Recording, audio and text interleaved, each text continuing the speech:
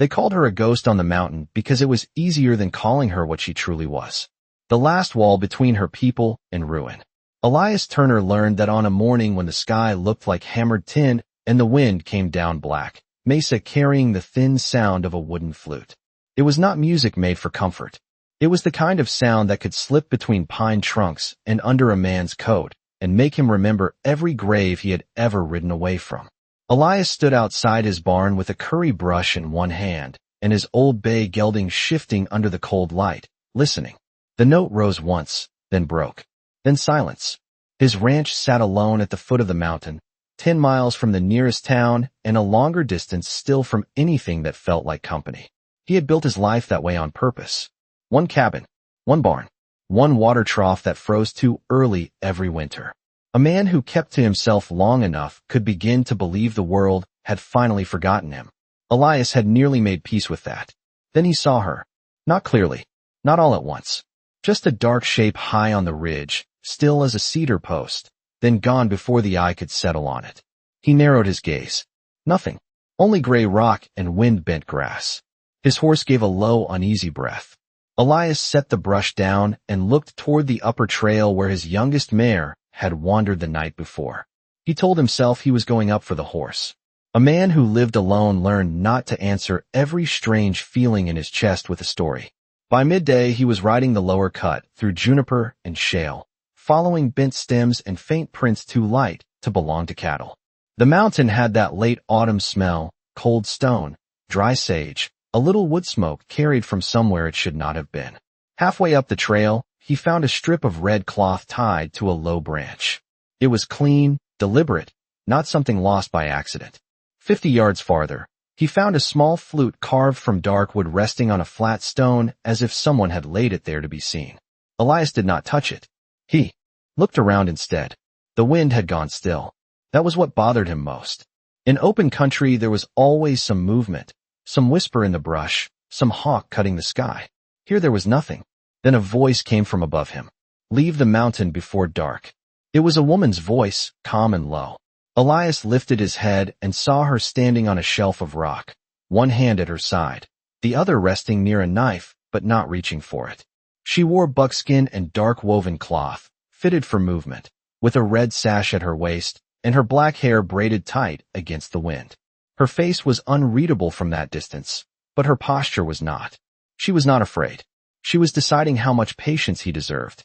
Elias swung down from the saddle slow enough to show he was not drawing trouble with him. I am looking for a mare, he said. Then find her below the second ridge and ride home. You know where she is. I know where everything is on this mountain that wants to live. That stopped him. The line hung in the air between them like something older than either one of them. She moved down the rocks with the sure step of a person raised by ledges and shadows, never wasting motion, never glancing twice at a foothold. Up close, she looked younger than the voice had suggested, maybe late 20s, though there was nothing young in the eyes that studied him. Those were eyes that counted exits before they counted faces. Around her neck hung a small leather charm wrapped with faded blue thread. Elias felt, for a reason he could not name, that it mattered. My mare, he said again, softer this time. There are men coming through this country asking about a woman on the ridge, she replied. If they see you here, they will ask harder questions than that. Are you the woman? Does it matter? He almost said no. Then he noticed something past her shoulder and did not answer. High among the pines, only for a blink, he saw movement. Small figures. 2 children, then another, being guided along a narrow path where no wagon could pass and few grown men would try. The woman shifted at once, just enough to block his view. Not with fear. With purpose. Elias. Look back at her face. You are hiding people. I am moving them. From what? She held his gaze a long moment. The mountain light touched the edge of her cheekbone, the braid at her shoulder, the dust on her sleeve. From men who do not believe we belong anywhere if they can profit from the ground under our feet. The honesty of it landed harder because it came without pleading. She was not asking for help. She was giving him truth and letting him decide what kind of man to be under it. Elias breathed in cold air that tasted like snow coming early. Somewhere below, from the direction of the valley road, came the faint clatter of more than one horse. Riders. The woman heard it too. Her eyes turned toward the sound, and for the first time he saw strain beneath the stillness. Not panic. Weariness. The kind of person carried only after standing watch too many nights in a row. Go, she said. If you stay here after sundown, you choose a side whether you mean to or not. Elias glanced toward the children's hidden path, then back toward the valley where the riders were climbing. He had spent years staying out of other people's sorrows, and solitude had made a habit of his silence. But the note of that wooden flute still seemed to linger in the stone, and the woman before him did not look like a ghost at all. She looked like someone holding a door open with her bare hands while a whole world tried to close it. "What is your name?" he asked. She hesitated, as if names were a form of trust she could no longer afford carelessly. Then she said, "Tala Nantan." Elias nodded once. The riders below were closer now. Dust rose pale through the trees. Tala stepped back toward the higher rocks, already becoming part of the mountain again. "Ride home, Mr. Turner," she said. "Tonight the ridge will not be kind to strangers." Then she was gone, not vanished, not like a spirit, but swift and certain and almost impossible to follow. Elias stood beside his horse with the red cloth stirring overhead and the carved flute still waiting on the stone. For a long time he did nothing. Then, at last, he picked up the flute, looked toward the narrowing trail, and understood that by the time darkness reached his ranch, the mountain would not be the only thing keeping watch. By the time Elias reached his ranch, the first real edge of evening had settled over the valley, blue and cold, with frost beginning to silver the fence rails and the smell of coming snow lying flat over the ground.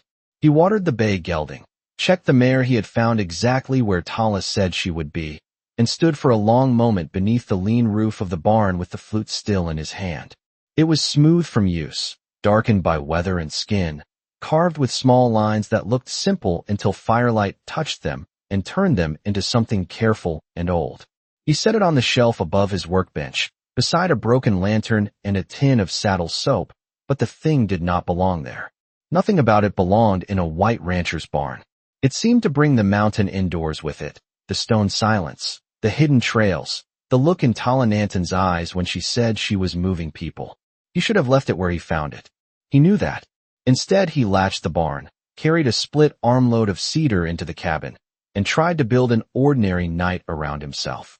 Beans warmed slow in a pot. Coffee blackened on the stove. The chair by the window creaked under his weight. Still he listened.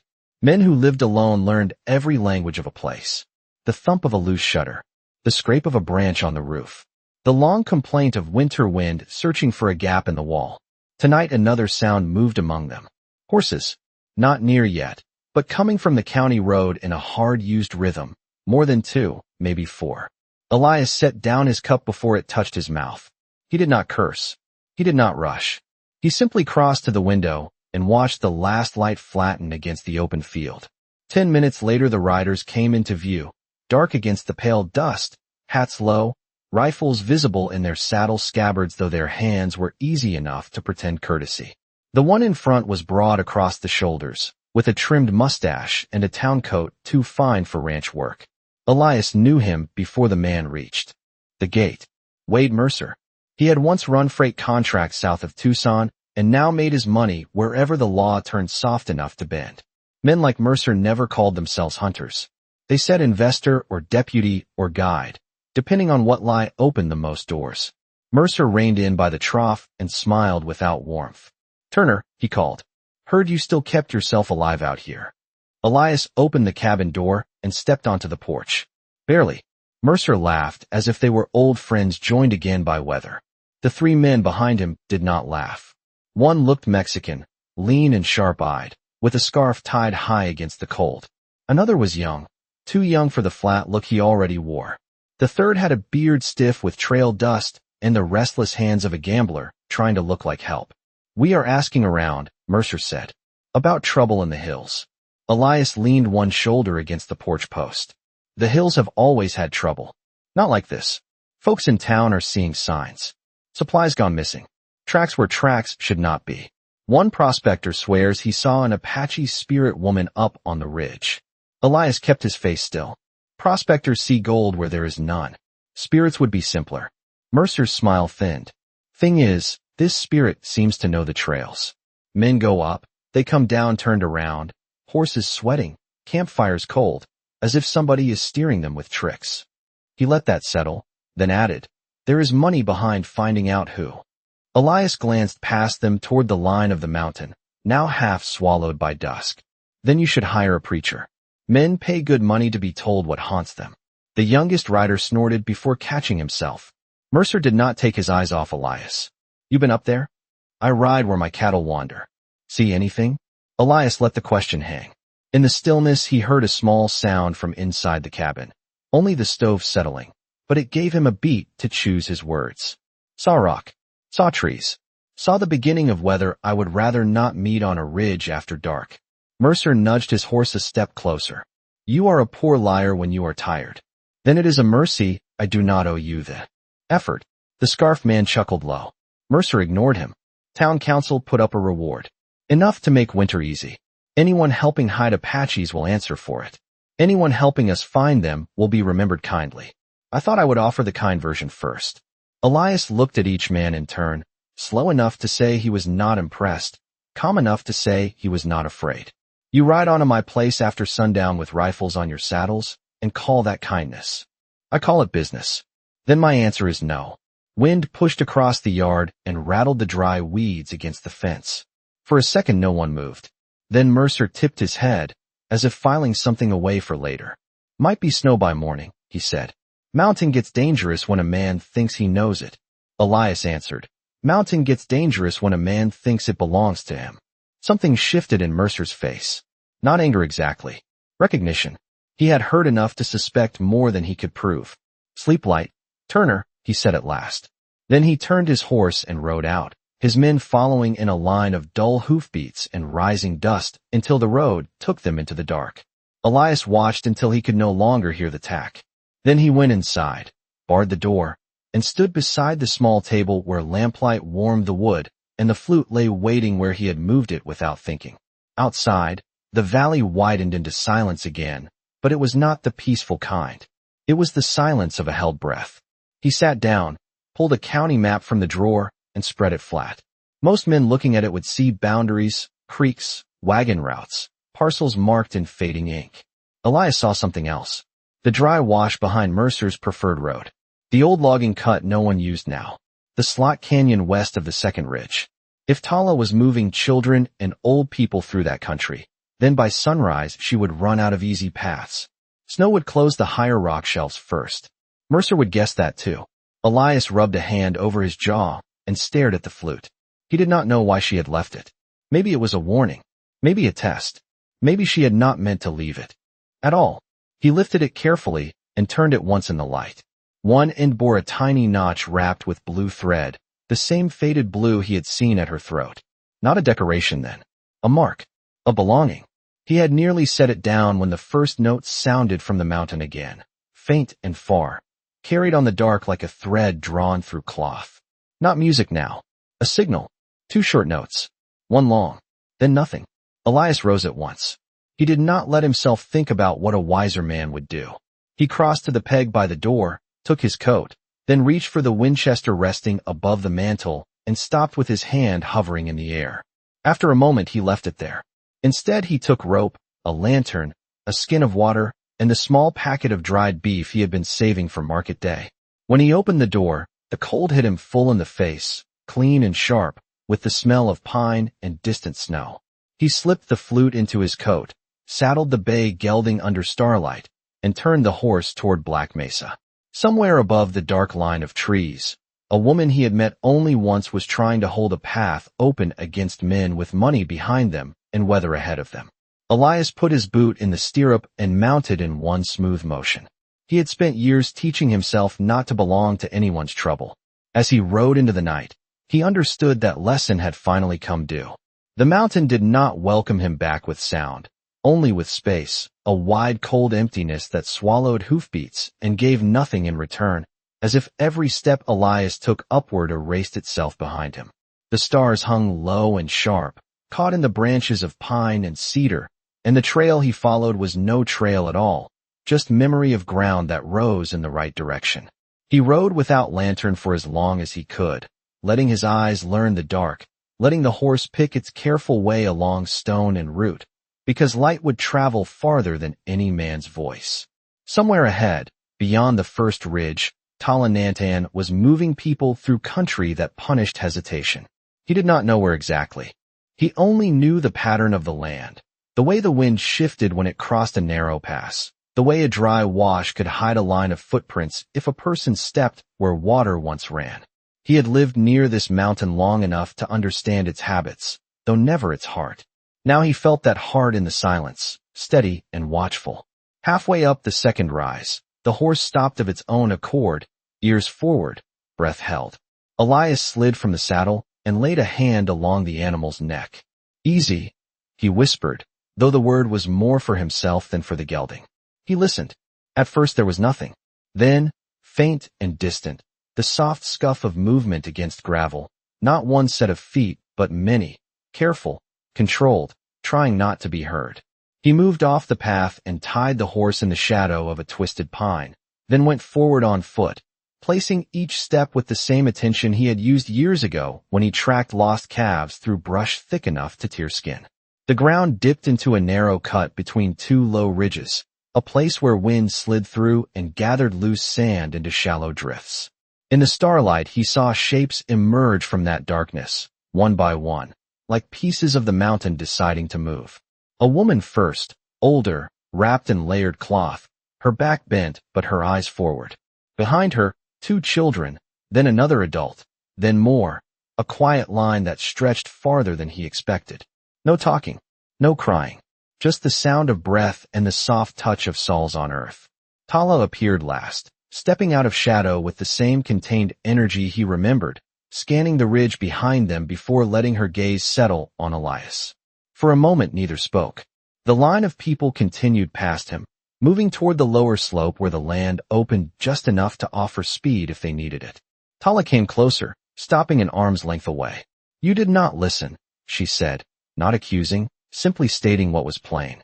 "No," he answered. Her eyes flicked briefly to the path below, then back to him. "Men are coming from the east. More than before." "Mercer," Elias said. "He is bringing others." "He always brings others," she replied. There was no surprise in her voice, only the acceptance of someone who had already counted that possibility and set it beside the others she carried. He reached into his coat and drew out the flute, holding it where she could see it. For the first time, something changed in her face. Not relief, not quite, but a softening of the line at her mouth, a recognition that went deeper than words. "You left this," he said. "I do not leave things by accident. Then it was meant for me.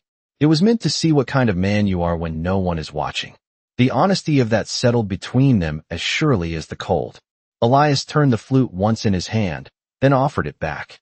Tala did not take it immediately. Instead she studied him, measuring the weight of his choice, not just tonight, but in whatever would follow. Finally she reached out and closed her fingers around the wood. "There is a cut west of here," Elias said, keeping his voice low. "Old logging path. It drops into a narrow canyon and comes out behind a line of basalt. Hard to see from above. Harder to follow if you do not know where to step." Tala listened without interrupting. "If you take them that way, you can avoid the open ridge," he continued. "Snow will hit the high shelves first. Down there you will have cover." She nodded once, absorbing the shape of what he offered, fitting it into the map she carried in her mind. "And you?" she asked. Elias glanced back toward the slope they had climbed.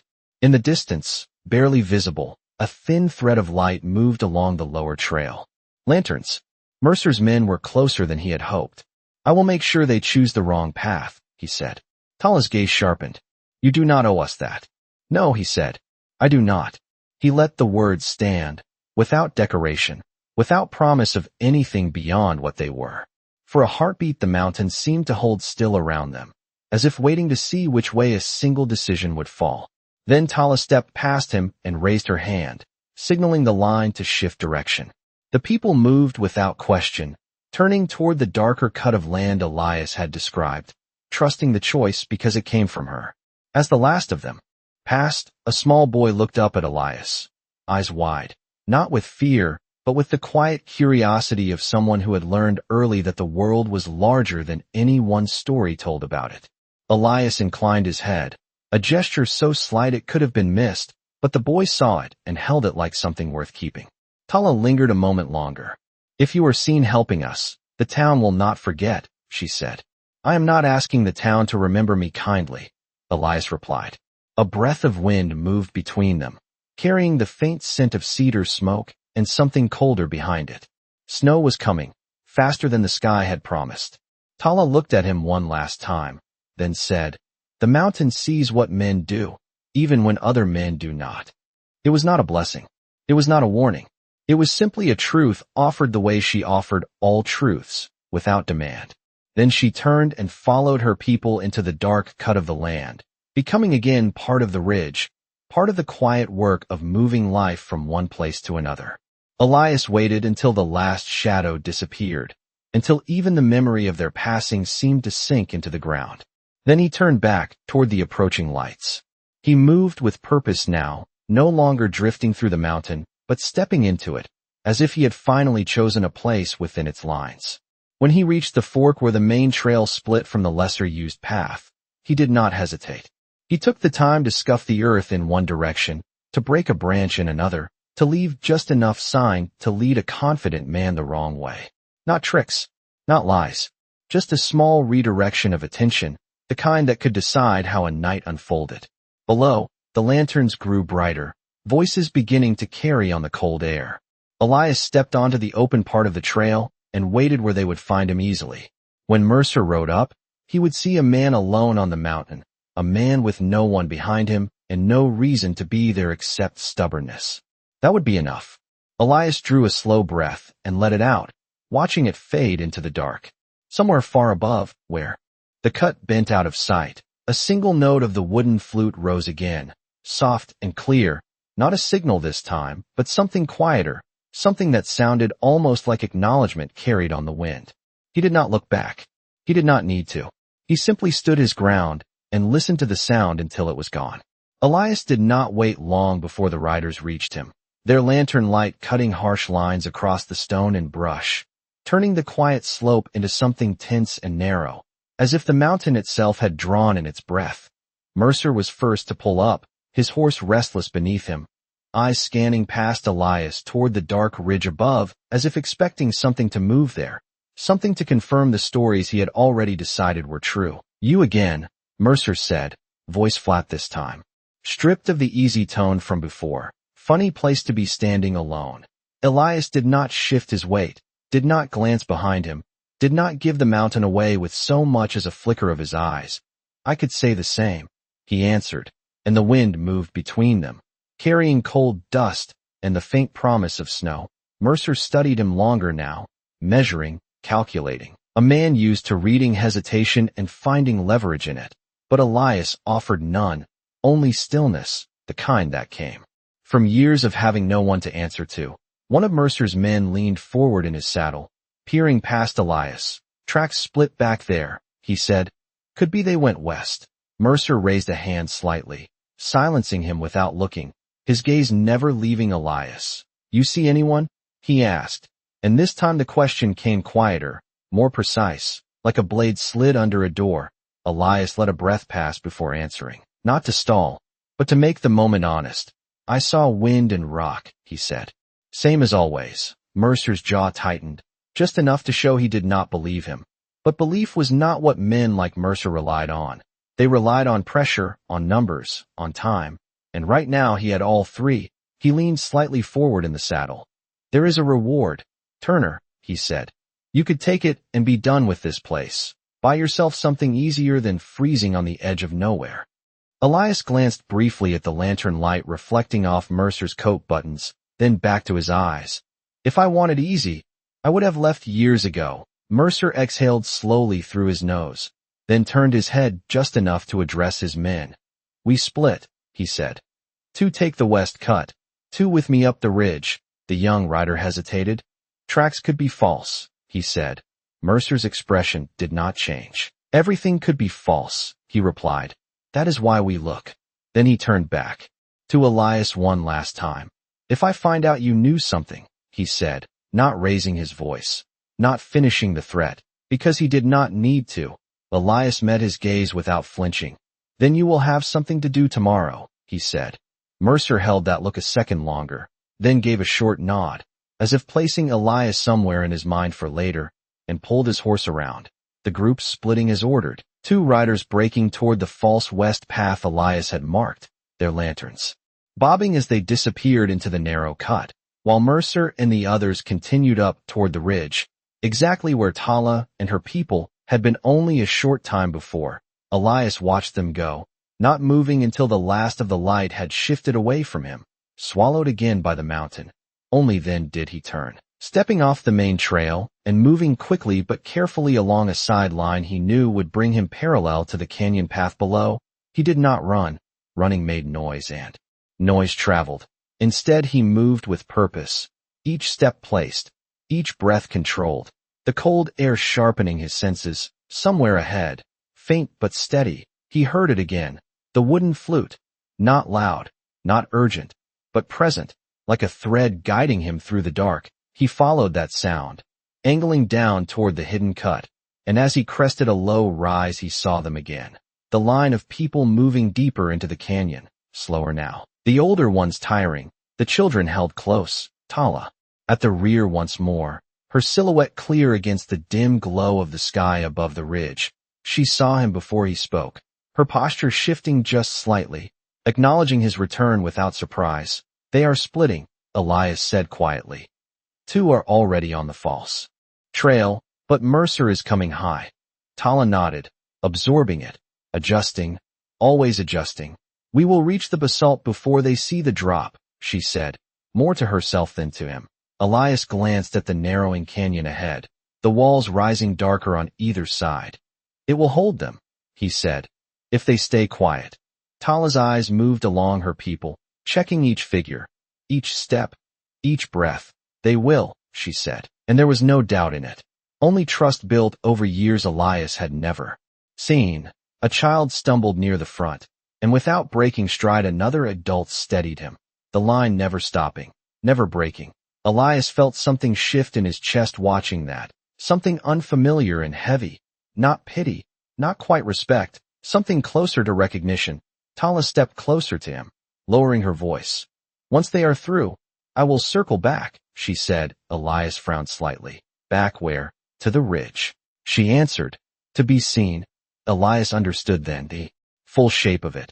She was not just guiding her people away. She was drawing the pursuit toward herself, becoming the story the others would chase. That will not end clean, he said. Tala's gaze did not waver. It is not meant to, she replied. There was no bravado in it, no dramatics, only the simple acceptance of a role she had already chosen. Elias looked at the canyon, at the people moving through it, then back at her. There is another way, he said. Not clean either, but less alone. Tala studied him again, measuring, always measuring. You would stand in the open for people you do not know, she said. I know enough, Elias replied. A faint sound drifted down from above, a horse shifting, a voice calling low. Mercer was closer than either of them wanted. Tala's decision came quick, like everything she did. Go ahead of them, she said. Make sure the path holds. Elias hesitated only a fraction, then nodded and moved past her, slipping into the line, guiding them through a narrow bend where loose stone could betray a careless step. His presence quiet, steady, not leading, not commanding, simply making the way a little safer. Behind him, Tala turned back toward the ridge, already becoming the shadow they feared, already shaping the story they would follow. And as Elias guided the last of the children past the basalt outcrop where the canyon widened just enough to hide them from above, he heard once more the sound of the wooden flute rise behind him, clearer now, stronger, not a signal, not a warning, but something else entirely, something that sounded like a promise held against the cold night air. And he knew without turning that Tala Nantan was walking back toward the danger not because she had to, but because she had decided that her people would not carry it alone. The canyon closed behind Elias like a door made of stone and silence, the last of the Apache people slipping into its deeper shadows where even the starlight could not follow. And for a brief moment the world narrowed to breath and movement, and the careful placing of feet on ground that could betray them if it chose. He waited until the final figure passed the basalt outcrop, until the faint shuffle of their passage softened into distance. Then he turned back toward the ridge, because some Lines once crossed did not allow a man to remain in the middle. Above him the mountain opened again, wider, colder, carrying sound farther than it should, and there it was, the echo of voices not meant to carry this far. Mercer's men pushing higher, searching, their confidence thinning as the terrain turned against them. Elias climbed without haste, but without pause, choosing ground that held firm under his weight, angling toward a narrow saddle where the ridge curved like the spine of some ancient thing. The wind sharpened as he rose, biting through his coat, bringing with it the smell of snow now close enough to taste. And then he saw her again, not as a shadow this time, but as a presence fixed against the sky. Tala Nantan standing on the edge of the ridge where she could be seen if one knew where to look, her figure still, deliberate, the flute in her hand catching the faintest glint of starlight. She did not turn when Elias approached, but she knew he was there.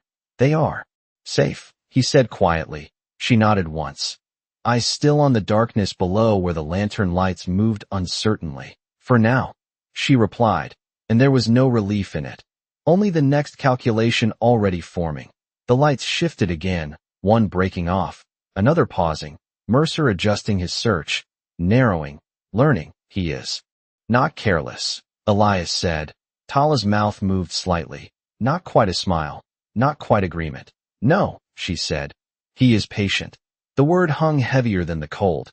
Patience was what made men like Mercer dangerous, not anger, not force, but the willingness to wait until the world bent in their favor. Tala lifted the flute and brought it to her lips, and the sound that followed was not loud, not dramatic, but clear, carrying just enough to be heard where she wanted it heard, not where she stood, but farther along the ridge, a ghost note that suggested movement, direction, presence just out of reach. Below, one of the lanterns shifted at once, then another, the riders turning toward the sound as if drawn by it. Elias watched the subtle change, the way their formation loosened, stretched, began to follow a story instead of a path. "You are leading them away," he said. Tala lowered the flute. "I am giving them something to believe in," she answered. "Men like that do not chase truth, they chase certainty." Elias glanced at her, at the calm in her posture, the quiet precision of every choice. "And what do you chase?" he asked. She did not answer immediately, her gaze following the movement of the lights below, measuring the distance, the timing, the shape of what would come next. "Morning," she said at last, "just morning." The simplicity of it struck him harder than any declaration could have.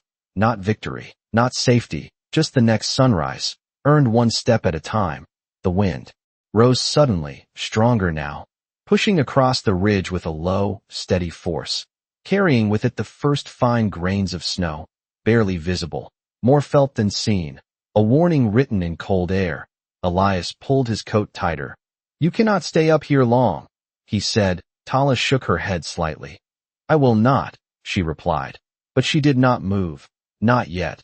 Below them Mercer's voice carried faintly, calling to his men, the tone sharper now, less certain, the mountain refusing to answer him in ways.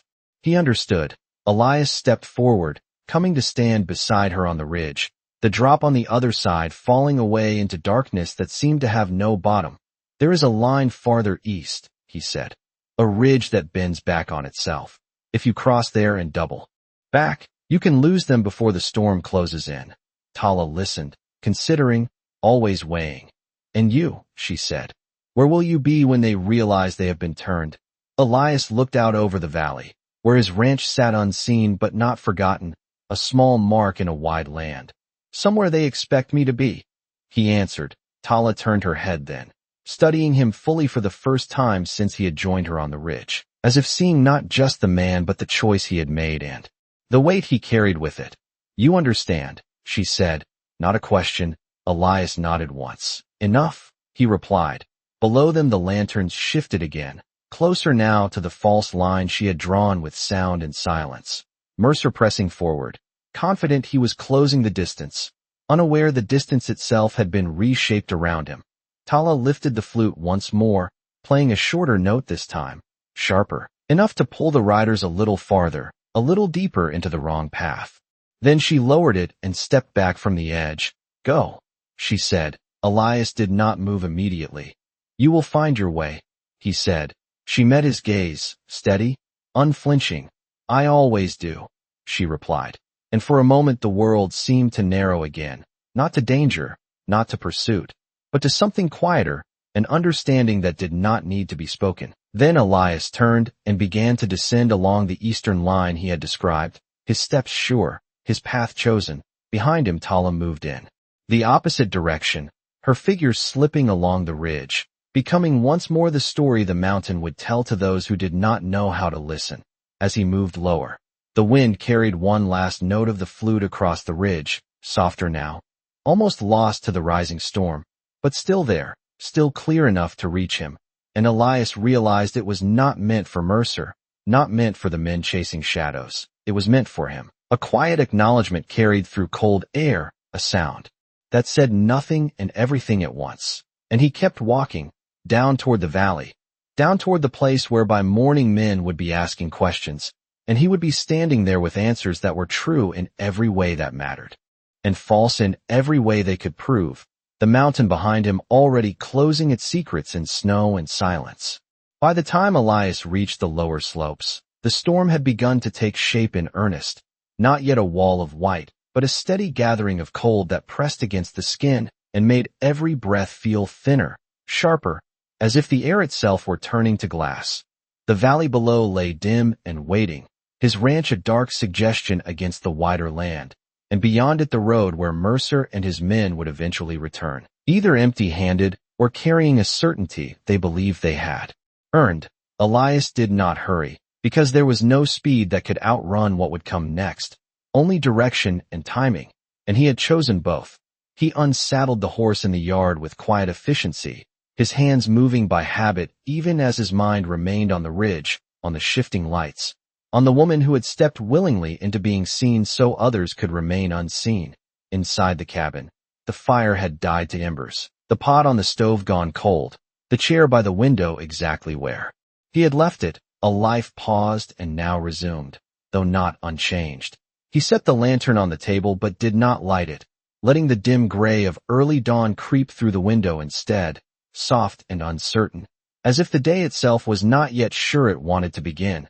He sat, not to rest, but to wait, because waiting was now part of the work he had chosen. Outside, the first real flakes of snow began to fall, slow and deliberate, touching the ground with a softness that hid how quickly they would gather. Time stretched, measured not by clocks but by the changing color of the sky, from deep blue to pale iron, from iron to the faintest wash of light along the horizon. And then, as he knew they would, the riders came back, fewer this time, their formation tighter, their movements less certain, the easy confidence from the night before worn down by the mountain's refusal to yield. Mercer rode at the front again, but something in him had shifted, not broken, not defeated, but altered, as if the land had spoken to him in a language he did not fully understand, but could not ignore. They stopped at the edge of Elias's yard, the horses breathing hard, flanks damp with cold sweat, the men silent for a moment before Mercer finally spoke. "You were right," he said, and the words came slower than before, as if each one had to be chosen carefully now. Elias remained seated, visible through the open door, his posture unchanged. "About what?" he asked. Mercer glanced back toward the mountain, now half hidden behind falling snow. "That it does not belong to anyone," he replied. One of the men shifted in his saddle, frustration edging into his voice. "Tracks vanished, just like that. One minute we had them. Next minute nothing but rock and wind." Another added, "We heard something, like music, kept pulling us farther out. Then nothing, like we were chasing a sound that did not want to be found." Mercer lifted a hand slightly, quieting them, his eyes returning to Elias, sharper now, searching for something beneath the surface. "You saw her," he said. Not a question. Elias met his gaze evenly. "I saw a mountain doing what mountains do," he answered.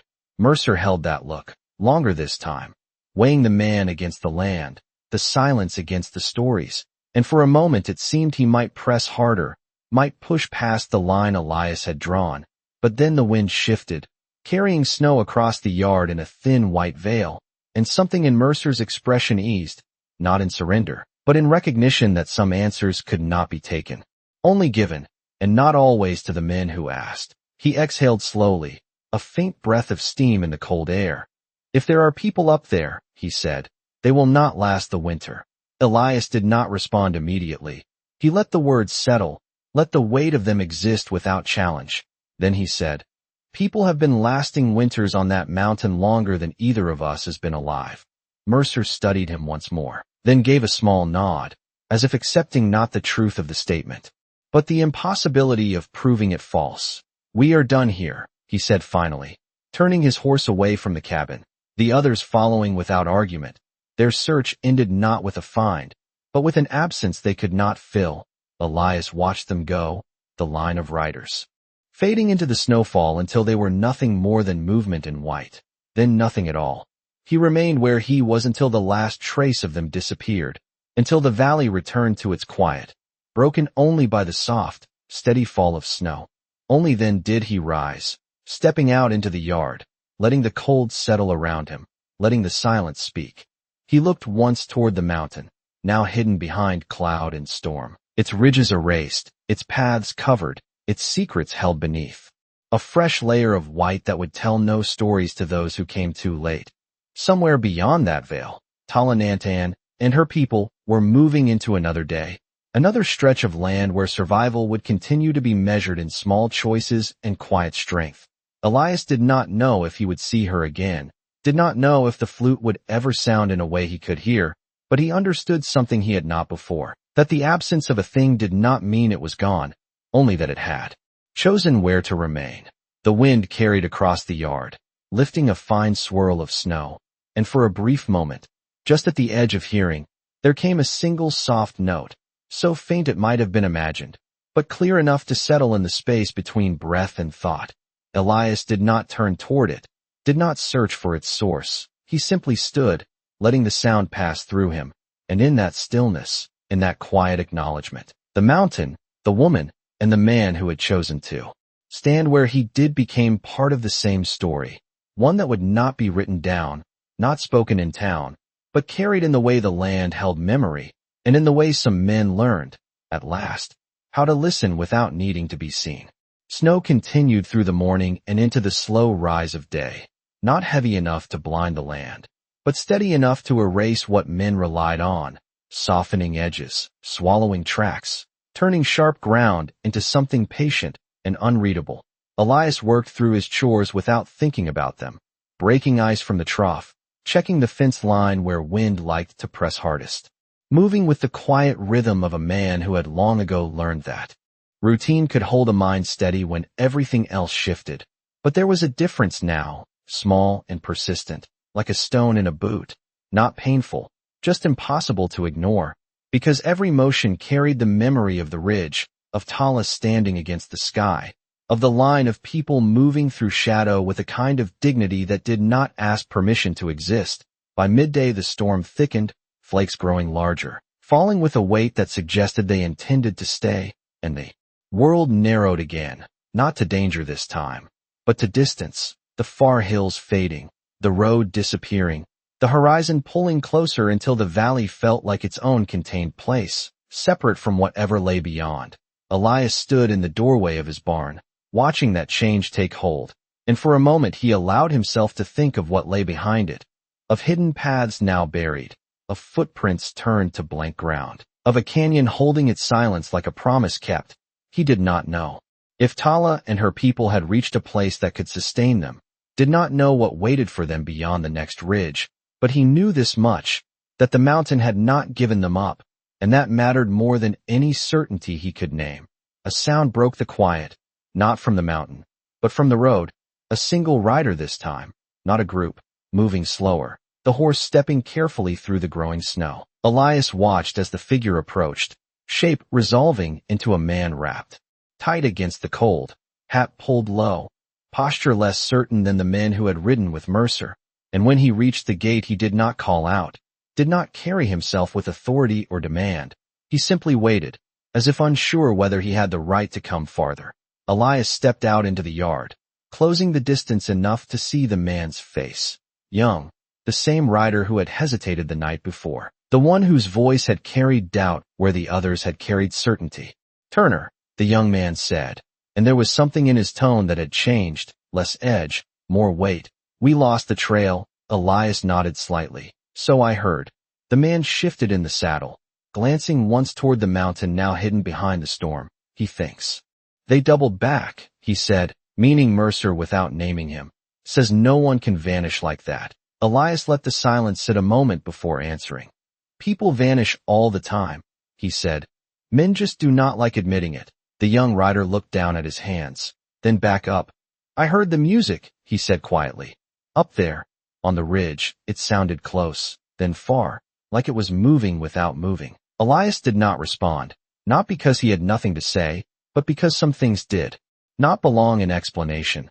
The man took a breath, the cold air catching in his chest. She is not what they say, he added, and this time it was not a question. Elias met his gaze, steady. No, he said, she is not. The words hung between them, simple, unadorned, carrying more than either of them needed to unpack. The young rider nodded slowly, as if settling something inside himself, then reached into his coat and pulled out a small object, holding it out in his gloved hand.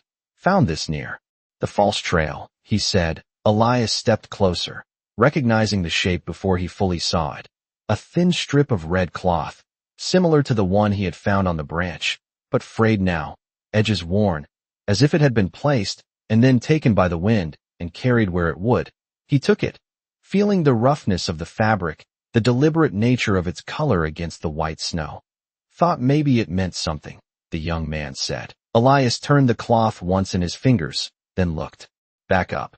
It means someone knew how to be seen when they needed to be, he replied. The rider absorbed that, not fully understanding, but not dismissing it either, which was enough. For a moment neither spoke, the snow falling steadily around them, softening the lines of the world. Then the young man straightened slightly in the saddle, as if a decision had been reached. We are heading back to town, he said. He says there is nothing more to find. Elias inclined his head. Then you are done.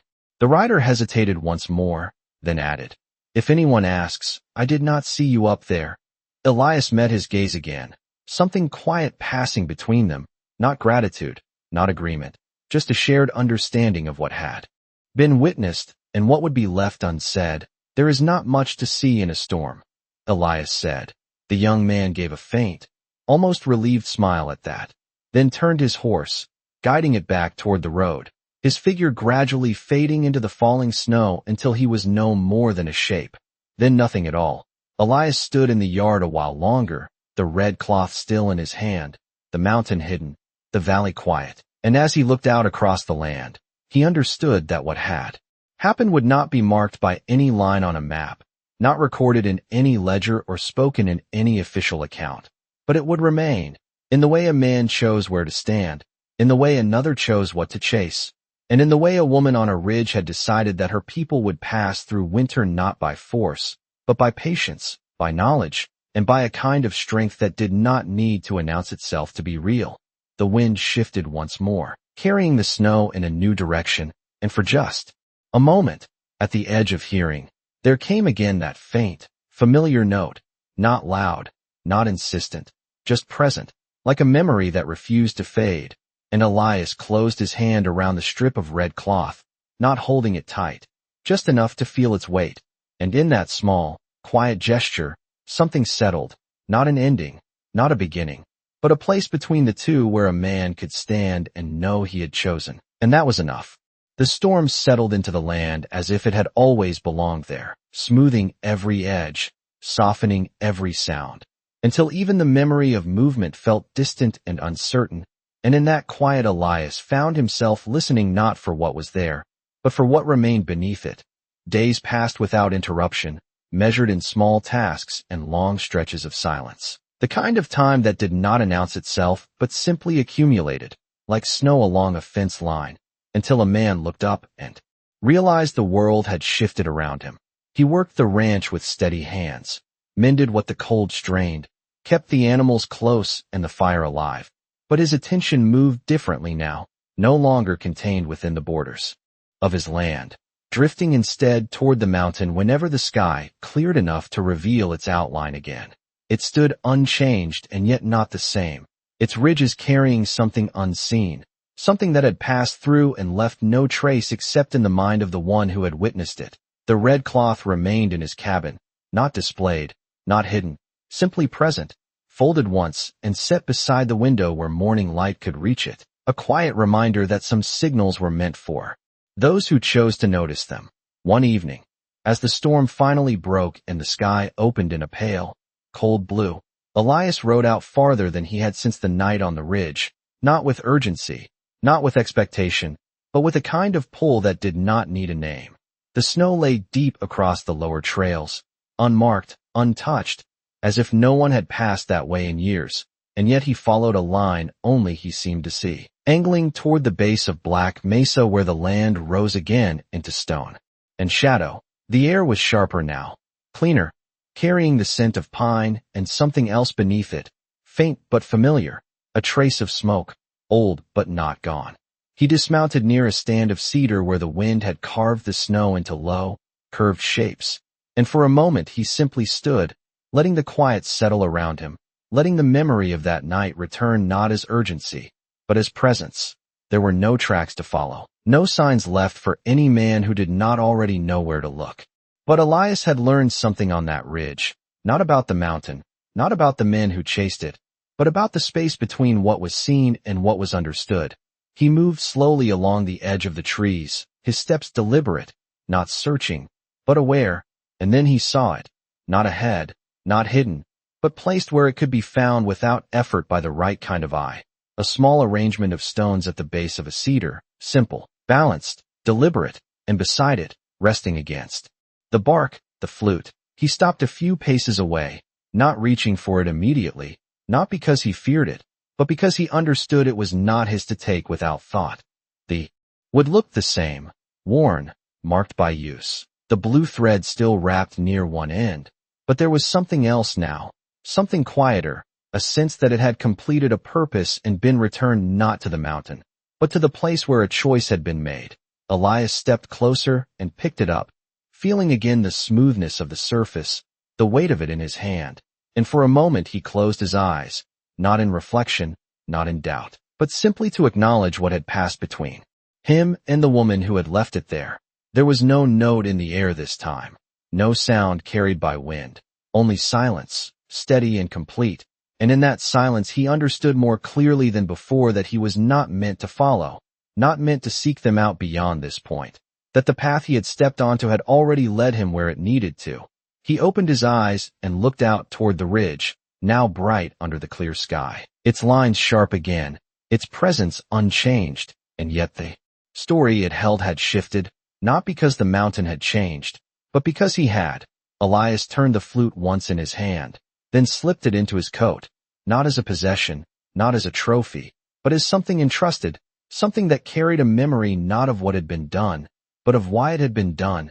He did not look for Tala, did not call out, did not expect her to appear, because he knew now that some people were not meant to remain in a man's life as presence, but as direction, as a line drawn across a moment that changed everything that followed.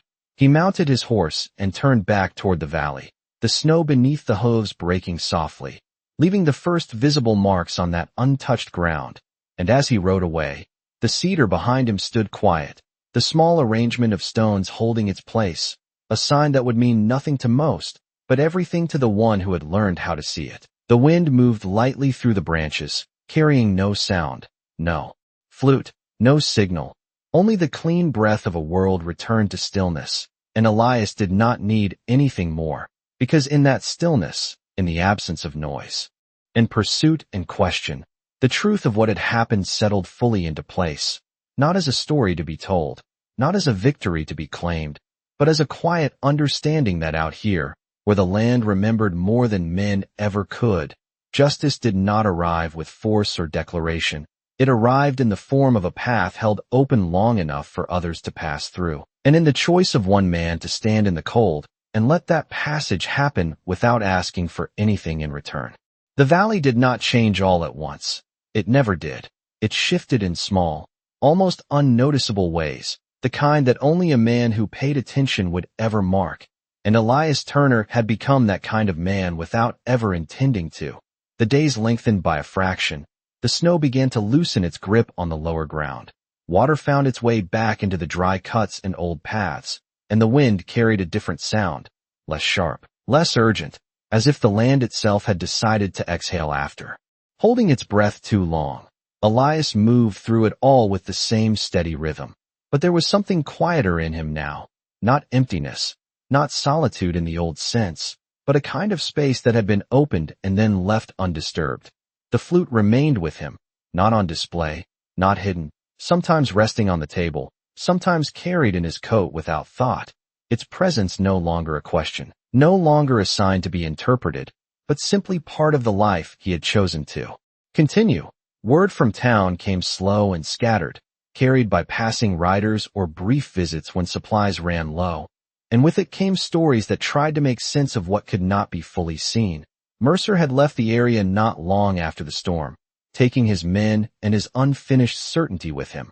Some said he had found easier ground elsewhere. Others said he did not like being reminded that not every pursuit ended with something in hand. The young rider had not returned, though once, weeks later, Elias found a set of tracks near the edge of his land that paused, turned toward the mountain, then moved on again without crossing the boundary, as if the man had come only to look, not to claim. The mountain itself stood as it always had, patient, unchanged in form, but different in meaning, at least to one man who now saw in its lines not just distance and isolation, but passage, protection, and the quiet work of those who moved within it without needing to be named. One afternoon, as the last patches of snow pulled back from the southern slopes and the ground began to show through in dark, damp stretches, Elias rode out again, not with purpose, not with expectation, but because the day allowed it, and because something in him no longer resisted the pull of that direction. He followed no marked trail, only the natural rise of the land, letting the horse choose its footing, letting the air guide him more than any map ever had. When he reached the lower edge of Black Mesa, he did not search, did not look for signs. He simply stopped and listened, the way he had learned to do, the way the mountain had taught him without ever speaking. There was no flute this time, no movement among the trees, no line of figures slipping through shadow, only the quiet presence of a place that held more than it revealed. Elias dismounted and stood there for a while, the reins loose in his hand, his gaze resting on the ridge where he had first seen her, where a shape had appeared and vanished before he had known what it meant. He did not expect her to return, did not expect any confirmation of what had passed, because he understood now that some encounters were not meant to repeat, not meant to be revisited or resolved. They existed once, fully, and then became part of the ground a man walked on afterward. The wind moved lightly across the slope, carrying the scent of warming earth and distant pine, and for a brief moment, so faint it could have been nothing more than memory, there came a single note, not clear, not sustained, just enough to be felt rather than heard. Elias did not turn toward it, did not try to follow. He simply closed his eyes for a breath, acknowledging it the way one acknowledges something understood without needing proof. When he opened them again, the ridge was empty, the sky wide, the world unchanged in every way that could be measured, and yet not the same.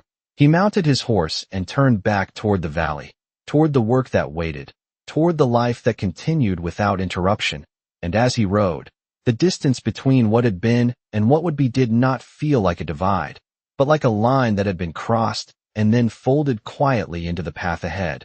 By the time he reached his ranch, the sun had lowered enough to cast long shadows across the yard, the kind that stretched and softened everything they touched, and he moved through the familiar space with a calm that did not come from isolation anymore, but from understanding. He set the saddle, checked the water, stepped into the cabin where the light fell across the table and the simple things he had always owned, and for a moment he paused, looking at the place as if seeing it not for the first time, but for the first time without distance. The flute lay where he had left it, the blue thread catching a small line of sunlight, and he reached for it, not out of need, not out of curiosity, but out of habit that had grown into something steadier. He turned it once in his hand, then set it back down, exactly where it had been, not keeping it close, not pushing it away, simply letting it remain.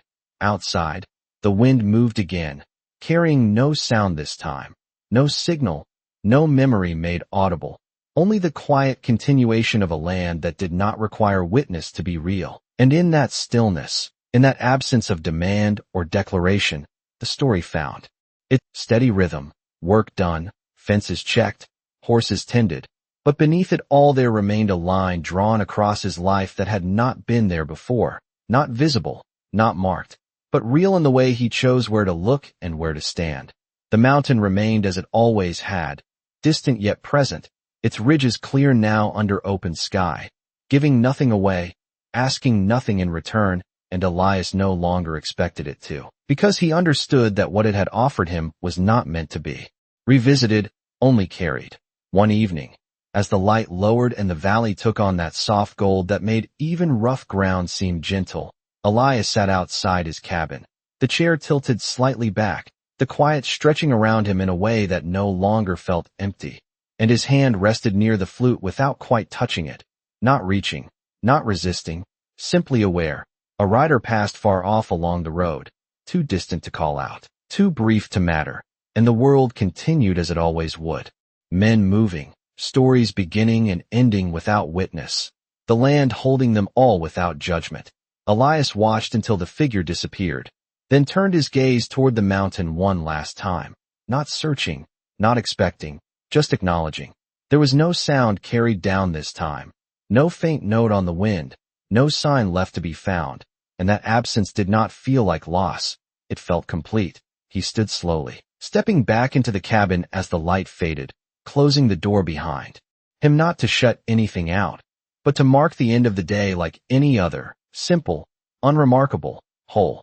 The flute remained where it was, untouched, not because it no longer mattered, but because it no longer needed to be held to be understood, and somewhere beyond the ridge, beyond the paths that no longer showed themselves, beyond the reach of men who needed proof to believe, a woman walked with her people into whatever came next, not as a ghost, not as a legend, but as what she had always been, a presence that did not ask to be seen to be real.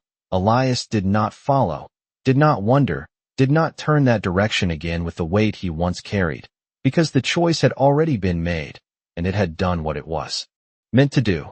The valley settled into night, the wind quiet, the land at rest, and in that stillness the story closed not with an ending, but with a silence that held everything it needed. A man who had once lived apart now standing within something larger than himself, not claimed, not changed beyond recognition, but aligned in a way that required no witness. Out here, justice did not arrive with noise or force. It did not leave behind markers or names. It passed quietly, like a path held open, just long enough, like a sound carried once and never again. And when it was done, it did not ask to be remembered, only to have been done right.